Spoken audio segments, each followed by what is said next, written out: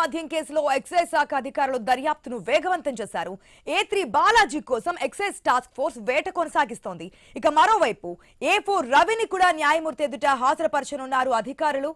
అలాగే ఇబ్రహీంపట్నంలో నకిలీ మద్యం వ్యవహారాన్ని నడిపించిన హాజీ కోసం కూడా గాలింపు కొనసాగుతోంది. ఇప్పటికే ప్రధాన నిందితుడైనటువంటి జనార్దన్ రావును అదుపులోకి తీసుకుని కీలక విషయాలను రాబట్టారు అధికారులు. అనంతరం అతన్ని రిమాండ్కి కూడా తరలించారు. మరోవైపు రిమాండ్ రిపోర్టులో సంచలన విషయాలు బయటపడ్డాయి. 2012 నుంచి జనార్దన్ రావు మద్యం వ్యాపారం చేస్తున్నారని సుప్రీంకోర్టు మార్గదర్శకాలతో ఇబ్రహీంపట్నంలోని ANR బార్ను ఇతర ప్రదేశానికి మార్చారని తెలిపారు. కరోనాతో 2021 వరకు ఆర్థిక ఇబ్బందులు పడిన జనార్దన్ అప్పటి నుంచి నకిలీ మద్యం తయారీపై దృష్టి పెట్టినట్లు రిమాండ్ రిపోర్టులో తేలింది. 35 లీటర్ల ప్లాస్టిక్ డబ్బాల్లో మద్యం నింపి నకిలీ ఇన్వాయిస్లతో ఇబ్రహీంపట్నం పంపించేవాడని రిమాండ్ రిపోర్టులో ఉంది. ఎవరికి అనుమానం రాకుండా ఆ మద్యం డబ్బాలపై ఏదైతే ఫినాయిల్ అని చెప్పి స్టిక్కర్ వేసేవాడంటూ ఇబ్రహీంపట్నం కేసులో A5గా ఉన్న హాజీ వాటిని రిసీవ్ చేసుకునేవాడని రిమాండ్ రిపోర్టులో ఎక్సైజ్ పోలీసులు పేర్కొన్నారు. ఇక 2022లో E7 పేరుతో మరో 6గురితో కలిసి హైదరాబాద్ లో జనార్దన్ కొత్త బార్ ప్రారంభించాడని రిమాండ్ రిపోర్టులో ఉంది. అక్కడి నుంచి 35 లీటర్ల డబ్బాల్లో అక్రమ మద్యం తీసుకొచ్చి ఇబ్రహీంపట్నం ANR బార్లో విక్రయించారన్నారు. 2023లో 6గురు భాగస్వాములతో కలిసి గోవా వెళ్లిన జనార్దన్ కు అక్కడి తెలుగు వ్యక్తి ఈ కేసులో A3గా ఉన్న బాలాజీతో లిక్కర్ స్టోర్లో పరిచయం ఏర్పడినట్లుగా గుర్తించారు. గోవాలో లభ్యమవుతున్న ఎక్స్పెన్సివ్ బ్రాండ్ మద్యం మాదిరి నకిలీ మద్యాన్ని ఏపీకి పంపిస్తారని బాలాజీ ప్రతిపాదించాడని, డిస్టిలరీస్తో బాలాజీకి ఉన్న పరిచయాలతో మద్యం తయారీకి అవసరమైన ముడి సరుకు సరఫరా చేశాడని రిమాండ్ రిపోర్టులో ఉంది.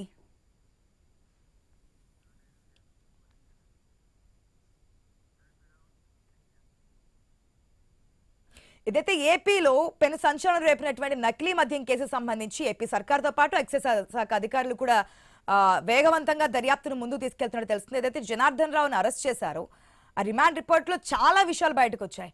కోవిడ్ నుంచి కూడా ఇదంతా జరుగుతున్నట్టు, అదేవిధంగా విదేశీ నుంచి బ్రాండెడ్ మద్యాన్ని నకిలీ రూపంలో తీసుకొచ్చి ఇక్కడ విక్రయించడానికి, ఆ విధంగా డబ్బు సంపాదించడానికి ముందడుగులు వేసినట్టు తెలుస్తోంది.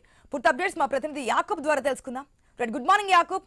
ఇంకా ఎటువంటి విషయాలు తెలుసుకునే అవకాశం ఉంది? ఇంకా ఎంతమంది దీంట్లో ఇన్వాల్వ్ అయ్యారు? వీరిలో ఇన్వాల్వ్ అయిన వారిని అరెస్ట్ చేయడానికి కూడా ఎక్సైజ్ శాఖ ముందుకు వెళ్తున్నట్టు తెలుస్తోంది. డీటెయిల్స్ ఏంటి? గత సుమారుగా 2012 నుండి ఇప్పటి వరకు అనుకుంటే చాలా సంవత్సరాల నుంచి ఈ అక్రమ మద్యం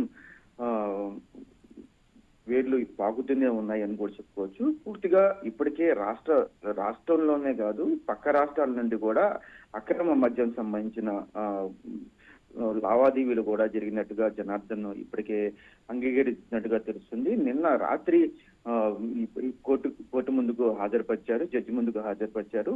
సుమారుగా 20 పేజీల వాంగ్మూలాన్ని కోర్టు దృష్టికి తీసుకెళ్ళినట్టుగా తెలుస్తుంది. పూర్తిగా ఆయన చేసిన వ్యవహారం అంతా చెప్పినట్టు తెలుస్తుంది. గతంలో ANR బార్ తో పాటు వాళ్ళ కుటుంబ సభ్యుల వైన్ షాపులు, బార్లకు సంబంధించి అక్కడ ఈ అక్రమ మద్యాన్ని అమ్మినట్టుగా కూడా ఇప్పటికే ఎక్సైజ్ శాఖ గుర్తించింది. అయితే ఈ కేసులో ఎవరెవరు ఉన్నారు, ఇంకా రాజకీయ పరంగా చాలా పెద్ద ఎత్తున దీంట్లో ఉన్నారు అనేది కూడా ఒక విమర్శలు అయితే పెద్ద ఎత్తున వస్తున్నాయి.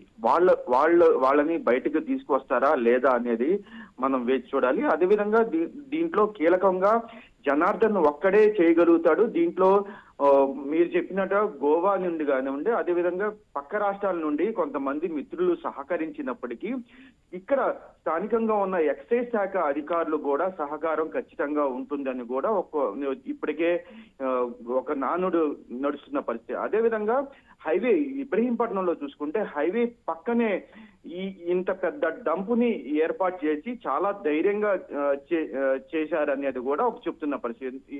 నేషనల్ హైవే విజయవాడ హైదరాబాద్ కి నేషనల్ హైవే రోడ్డు పక్కనే బిల్డింగ్ లో ఇంత పెద్ద సిస్టమ్ పెట్టి ఇక్కడ మొత్తం ఇక్కడ అక్రమ మద్యాన్ని ఇక్కడ తయారు చేసి, కల్తీ మద్యాన్ని ఇక్కడ తయారు చేసి రాష్ట్ర వ్యాప్తంగా ఈయన పక్కన పంపిస్తున్న పరిస్థితి కూడా కొనసాగింది. అయితే దీనికి సంబంధించి ఎంతవరకు వీళ్ళని అదుపులో తీసుకున్నారు, చిన్న అక్కడ పనిచేసిన వాళ్లే కాకుండా దీంట్లో అసలు పెట్టుబడులు ఎవరు పెట్టారు, ఎంతవరకు దీంట్లో పెట్టుబడులు పెట్టిన రాజకీయ నాయకులు ఎవరు, వాళ్ళందరినీ బయటికి తీయాలనేది ఇప్పుడు కీలకంగా పూర్తి స్థాయిలో విపక్షాలు చెప్తున్న పరిస్థితి. అయితే ఇదంతా ఎంతవరకు సాధ్యం అవుతుంది అనేది కూడా మనం చూడాలి. ఈ కేసు ఇప్పటికే 14 మంది FIR లో 14 మంది రాశారు, 12 మంది ఇప్పటికే దొరికారు అని కూడా చెప్తున్నారు. ఈ 12 మందిలో A1 గా ఉన్న జనార్దన్ కూడా గన్నవరం ఎయిర్పోర్ట్ లో ఆయన అదుపులో తీసుకున్నారు, విచారణ చేశారు.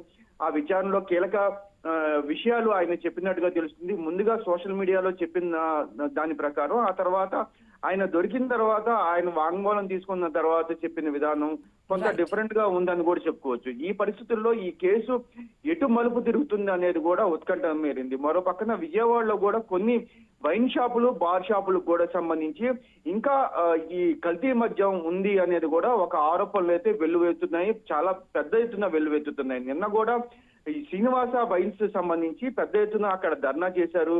ఇటువంటి వైన్ షాపులు, బార్లు ఇంకా పెద్ద ఎత్తున రాష్ట్ర వ్యాప్తంగా ఉన్నాయి. ఇవి అంతా చెక్ చేయాలి. ఎక్సైజ్ అధికారులు ఇప్పటికైనా సరే పెద్ద ఎత్తున చెక్ చేయాలనేది కూడా ప్రజల్లో ఒక నానుడి ఉంది. ఈ పరిస్థితుల్లో ఎక్సైజ్ శాఖ ఏం చేస్తుంది, ఇప్పటికైనా ఈ కేసుకి సంబంధించి మూలాలు అన్ని తీస్తుందా లేదా అనేది కూడా చూడాలి. ఆశ. Right Yakub, thanks for the update.